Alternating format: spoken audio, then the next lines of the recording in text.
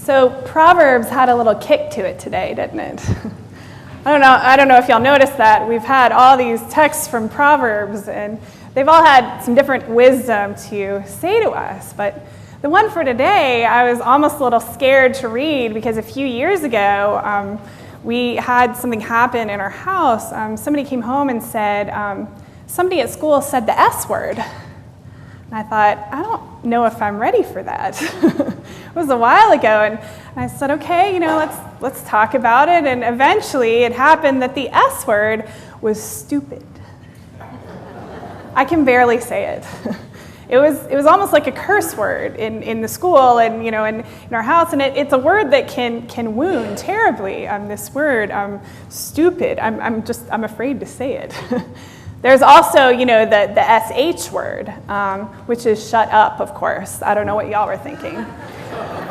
Bad words, in our household. But the S word is in this Proverbs reading, and they had to have a reason for using this strong of a word. It's like a curse word, stupid.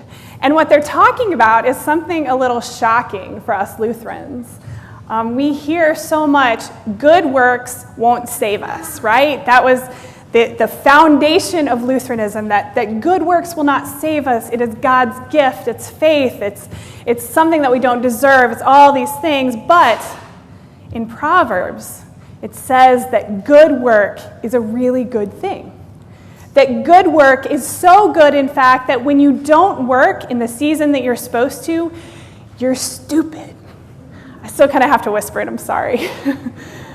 When you don't work in the season that you're supposed to work, because it talks about the harvest season, it talks about, this person who makes their parent glad because they work when they're supposed to, and this person who is idle, and then they say, stupid child. I mean, that's harsh.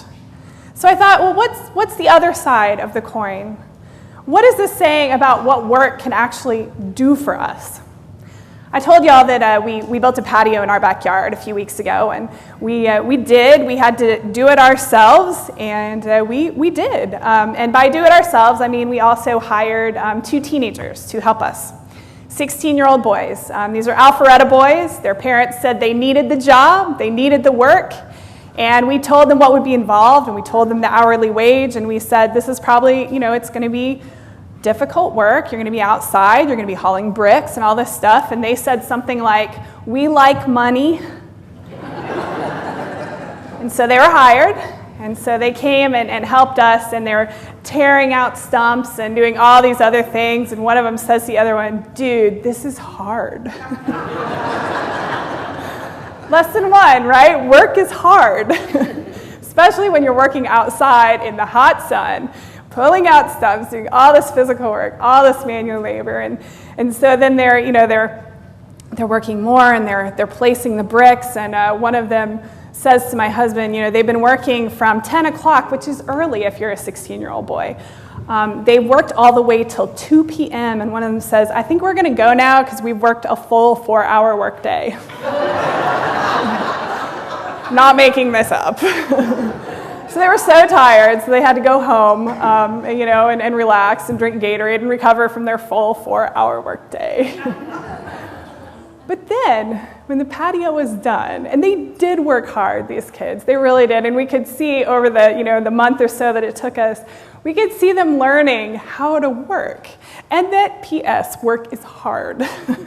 It really is, and you'll be sore and tired and everything else. But they came back after the patio was done and helping us, clear out some more and pull weeds. And one of them looked back and said, dude, I still can't believe that we built that. And I thought, that's the point. That's the point. That's what their parents wanted. That's what we wanted. That's the positive spin on hard work. That you learn that it is actually hard and you will be sore and you will be tired if you're doing this kind of work, but that at the end you can look back and say, I did that. I can imagine them years from now in their houses saying, oh no, I totally know how to build a patio. I've done that before. No problem. But what it did was give them that confidence, that full day's work that they did as 16-year-old, Alpharetta boys. They'll have that for the rest of their lives, and we were glad to give it to them. As their mom said, it was a win-win. But as they were working, I tried to remind them that not everybody can choose to work like that. Some people have to do jobs that are hard manual labor. Some people must do jobs like that, and for way longer than a 4-hour workday. Way longer. To provide for their family, to put food on the table. I was trying to remind them that while they can choose it, most people on this earth cannot. We learn in the book of Genesis that that's actually original sin, that work is hard. That what we were created to do was do work that is wonderful and beautiful and life-giving and fun, even. In the book of Genesis, before all this happened, people worked in the garden, Adam and Eve, and they loved it, and they enjoyed it, and it gave them life. But then work, it became hard. And they were going to work, and this is what happens for many, many people in our world when they can't choose to do this life-giving work. And I think that's part of our work, and that's part of God's call for us, is to make sure that as many people as possible can do work that they love and do work that they enjoy. And there's another side to this. Martin Luther talked about good works. I know that's a little shocking to you. We always hear about Martin Luther talking about grace. We hear about Martin Luther talking about how good works, like I said, won't save us. But Martin Luther did some really important things with actual work. He was the first person to talk about vocation. Now we see it, in self-help quizzes and Oprah and everything else. We see how to find your calling, how to do the work that you were meant to do. Before Martin Luther, the only people who had callings were priests and monks and nuns.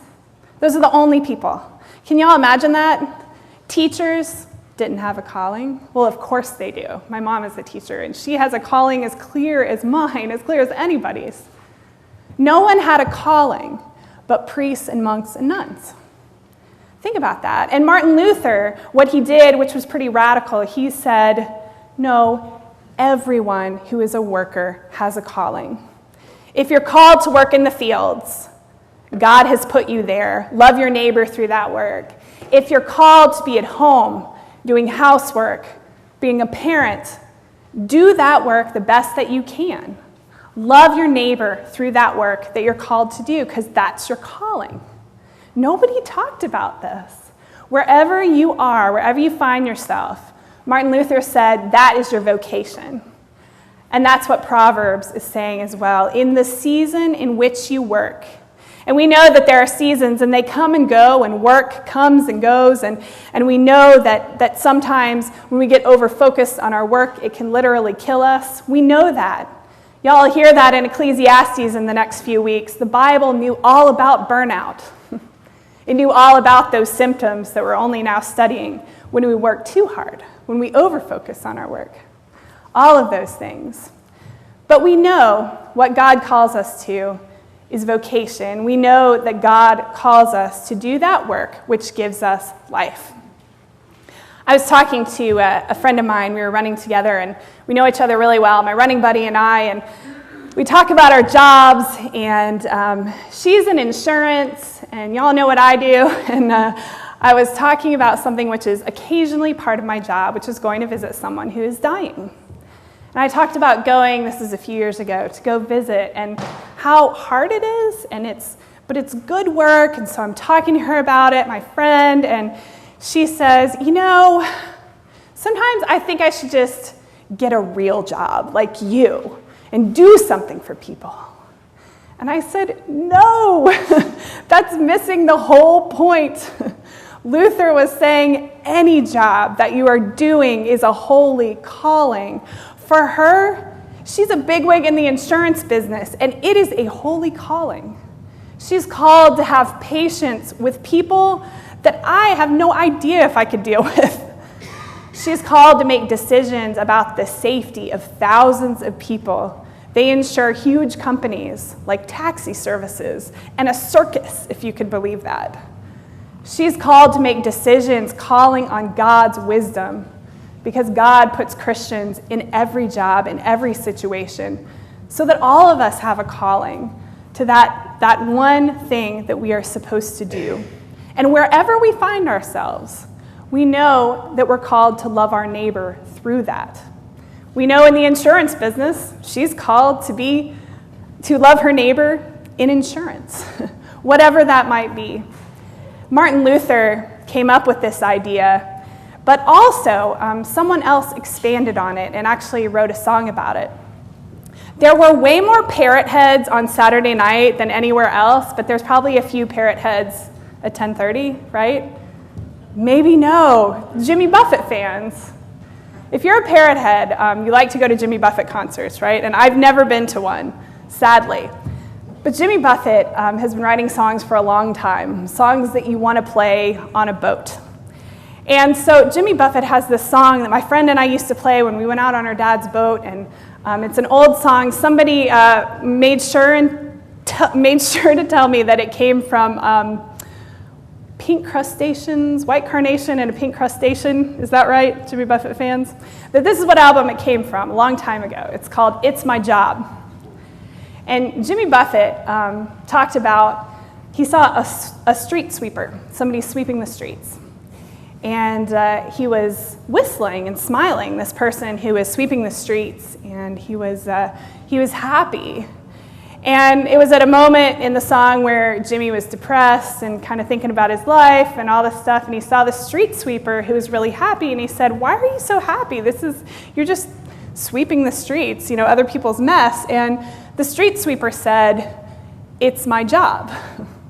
It's my job to be the best street sweeper that I can possibly be, to clean up other people's mess and to do it with a smile, because that's my job." And so Jimmy Buffett goes on to say, well, I thought about my ridiculous job, which, let's be honest, singing drinking songs for a living is a ridiculous job. He went on to think about his job, which I think is a calling, because my day has been made better by a Jimmy Buffett song. I don't know about you. He went on to talk about his job, and he said, I think about that street sweeper, and when the lights come on and I go on the stage, I think, it's my job, and I'm going to do the very best that I can do, because it's a calling to be on that stage and to be giving everything he has to whoever shows up that day, just because it's his job. Martin Luther and Jimmy Buffett, they have a lot in common. They both like drinking songs. They both, love this proverb about work being good for us, and kind of saying whatever God has called me to do, that's what I'm going to do. I'm going to love my neighbor the best that I can through my job. So last week was kind of an ugly week on the internet. On Sunday, I had seen some things that were disturbing to me. People that I knew were fighting and on the internet, and I knew if they met each other, they wouldn't. And there was all of these things. There was the Trayvon Martin verdict, and I was seeing all of these things that people were reacting to it in all kinds of ways. And I was sad, and I was disturbed, and it was like the worst of humanity right there. And it was kind of the opposite of loving your neighbor. And so I shut it off, and I went shopping. It's a spiritual practice sometimes.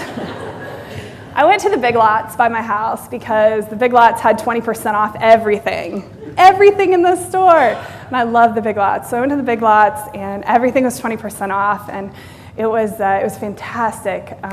There were 10 million people there in my Big Lots, and I counted 3 different languages that people were speaking. This is my Alpharetta Big Lots, so there's everything around there, and so I counted all these languages and all these kinds of people, and the woman in front of me in line, there were like 17 people in line all the way down the aisle, and I had things that of course I had to buy because they were 20% off, so they're in my cart, fun stuff like kitty litter and all this other kind of stuff, and the woman ahead of me had a million things, and her English was not perfect. It was barely there, and she got to the checker, and he was so patient and so wonderful and so kind with her.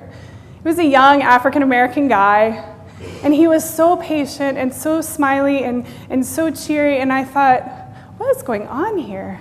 And I looked around, and everyone, unlike on the internet, was being patient with each other.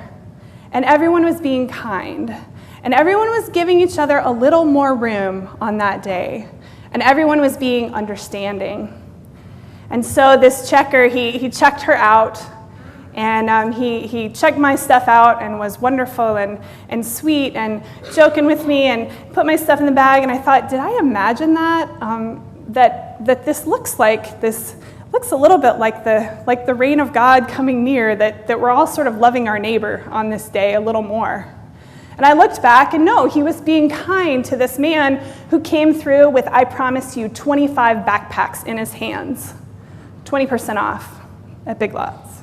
25 backpacks in his hands, and he's coming through and checking all these things, and I thought, oh, it's his job. It's his job to love his neighbor in spite of everything going on. It's his job to love whatever neighbor might show up at the crazy Big Lots. And I thought, for all of us, whatever our job might be, we can look at this example. We can see, like in the book of Proverbs, it says, we can pull a quilt of love over our neighbor, whoever they might be, because God has already pulled that quilt of love over all of us. Amen.